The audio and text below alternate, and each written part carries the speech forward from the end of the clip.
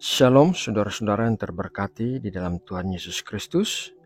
Salam penuh kasih dan sukacita. Semoga kita semua senantiasa berada dalam keadaan sehat dan baik-baik saja. Saudaraku, sekarang mari kita berdoa untuk mempersiapkan hati kita sebelum mendengarkan renungan firman Tuhan.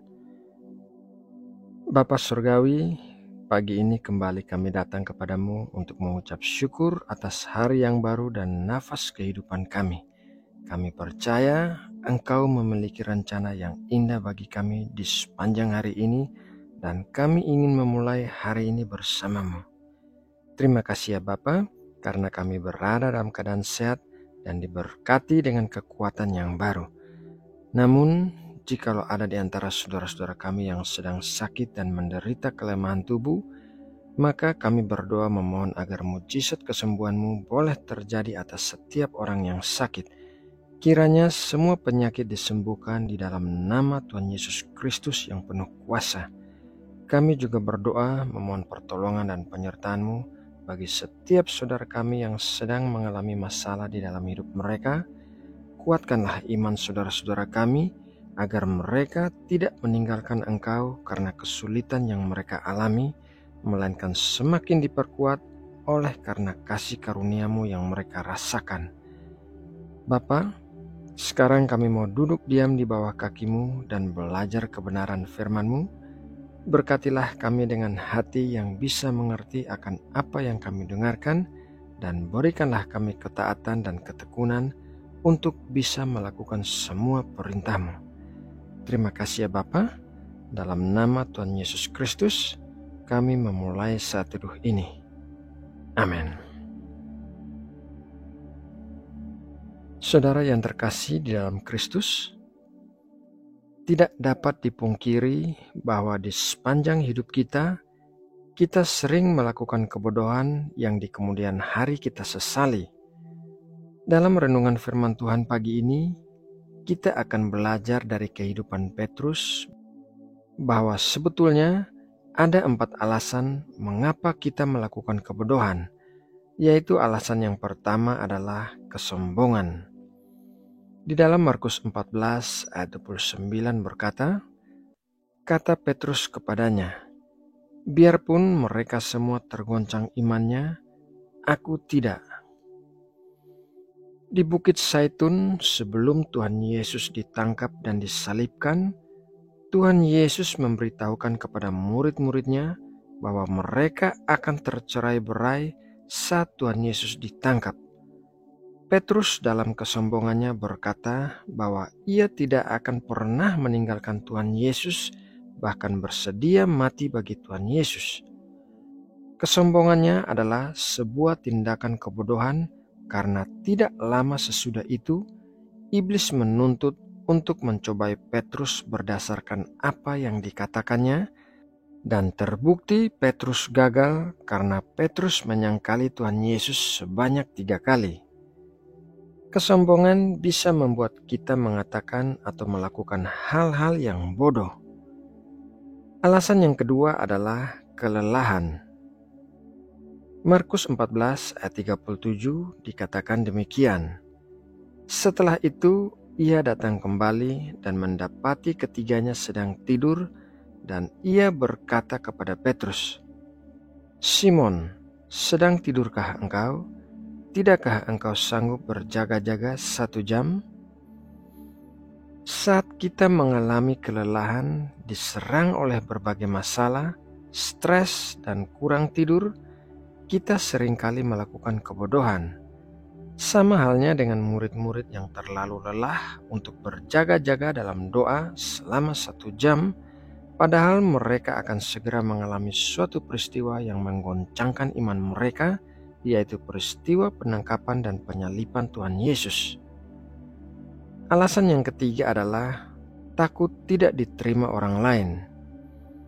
Markus 14 ayat 54, dan Petrus mengikuti dia dari jauh sampai ke dalam halaman imam besar, dan di sana ia duduk di antara pengawal-pengawal sambil berdiam dekat api. Dikatakan dalam awal ayat Markus 14 ayat 54 bahwa Petrus mengikuti Tuhan Yesus dari jauh. Hal ini dikarenakan Petrus takut dikaitkan dengan Tuhan Yesus dan takut ikut dimusuhi oleh orang-orang Yahudi.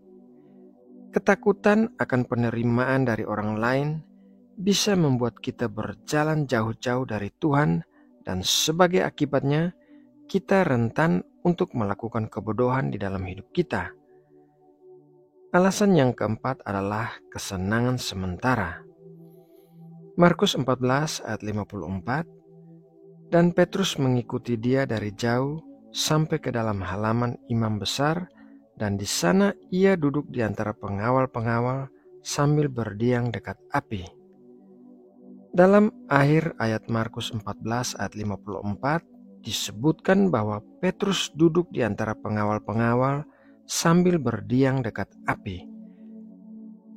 Mengapa Petrus duduk di dekat musuh-musuhnya? Jawabannya adalah karena tempat itu memberikan kesenangan atau kenyamanan yang bersifat sementara. Apabila kita memilih hal-hal yang memberikan kesenangan sementara saat ini, maka kita akan membayarnya dengan kesusahan di kemudian hari. Begitu juga berlaku sebaliknya, yaitu apabila kita memilih untuk bersusah-susah saat ini, maka kita akan bersenang-senang di kemudian hari. Hal ini adalah seperti memakai kartu kredit yang memberikan kesenangan sementara saat berbelanja, tetapi memberikan kesusahan di saat harus membayarnya. Saudaraku yang terkasih, 4 hal itu menyebabkan Petrus melakukan kebodohan yang disesalinya, yaitu menyangkali Tuhan Yesus sebanyak 3 kali. Namun kabar baiknya adalah Tuhan Yesus mengetahui bahwa Petrus akan melakukan kebodohan. Tuhan Yesus berdoa untuk Petrus. Tuhan Yesus mengetahui bahwa Petrus akan dipulihkan, dan Tuhan Yesus ingin Petrus membantu orang lain. Mari kita baca dalam Lukas 22 ayat 31-32. Simon, Simon, lihat, iblis telah menuntut untuk menampi kamu seperti gandum, tetapi aku telah berdoa untuk engkau supaya imanmu jangan gugur, dan engkau, jikalau engkau sudah insaf, kuatkanlah saudara-saudaramu. Tuhan Yesus adalah Allah yang Maha Tahu. Dia tidak terkejut dengan kebodohan yang kita lakukan karena telah melihat hal itu bahkan sebelum kita dilahirkan. Dan Tuhan Yesus juga tahu bahwa kita akan dipulihkan dari kebodohan kita dan akan membantu orang lain yang mengalami masalah yang sama. Nah, saudaraku yang terkasih di dalam Tuhan Yesus Kristus, demikianlah renungan firman Tuhan pagi ini. Semoga dalam renungan ini kita semua bisa belajar sesuatu yang akan mengubahkan kita. Mari kita berdoa untuk menutup renungan ini. Tuhan Allah kami, Bapa yang pengasih dan penyayang, kami mengucap syukur atas kesempatan untuk bisa menerima berkat firman-Mu pagi ini. Kiranya Roh Kudus senantiasa memimpin hidup kami dan mengingatkan kami agar tidak melakukan kebodohan dalam hidup kami. Terima kasih ya Bapa. Pagi ini kami bersyukur atas anugerah kehidupan yang masih kami miliki. Kami memohon agar Engkau memberkati dan melindungi kami saat kami beraktivitas hari ini. Bimbinglah kami dengan hikmat-Mu, berikanlah kami kekuatan untuk menghadapi setiap tantangan, dan semoga segala perbuatan kami berkenan di hadapan-Mu.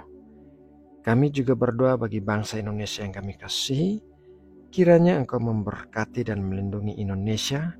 Kiranya Engkau menjauhkan negeri kami dari bencana alam apapun dan memberkati para pemimpin Indonesia dengan hikmat dan kebijaksanaan dalam memimpin negara ini.